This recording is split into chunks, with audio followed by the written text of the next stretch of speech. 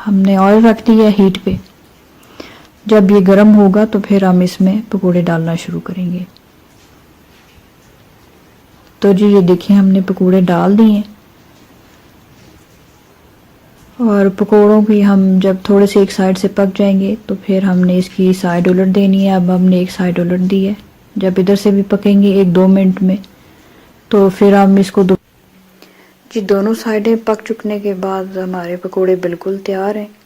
अब हम इनको डिश आउट करेंगे। देखें कितने क्रिस्पी और यमी से पकोड़े हमारे गर्मा गर्म तैयार हैं। आप इस पे चाट मसाला डालें और इसको केचप के साथ या चटनी के साथ जैसे आप पसंद करें इसको खाएं और इन्जॉय करें। मौसम बारिशों के मौसम में सबसे ज़्यादा आपका पकोड़े और इस तरह की चीज़ें ही खाने का दिल करता है, आपको पसंद आते हैं।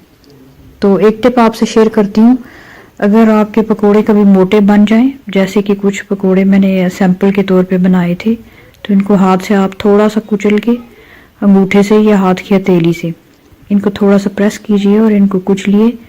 फिर इसको आप दोबारा फ्राई करें सिर्फ और सिर्फ 1 सेकंड के लिए। आप इसको पैन में डालें 1 साइड और फिर अदर साइड।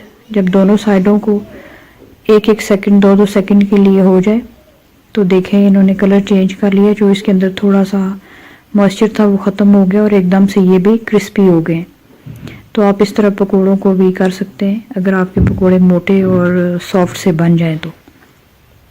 चाट मसाला डालिए और खाइए और एंजॉय कीजिए और हमारे चैनल पे बने रहिएगा हमारे साथ। चैनल को सब्सक्राइब करें और लाइक करें ताकि हम मोटिवेट हों और आपके लिए अच्छी से अच्छी वीडियोस लाते रहें जो कि आपकी किचन के लिए कंफर्टेबल हों।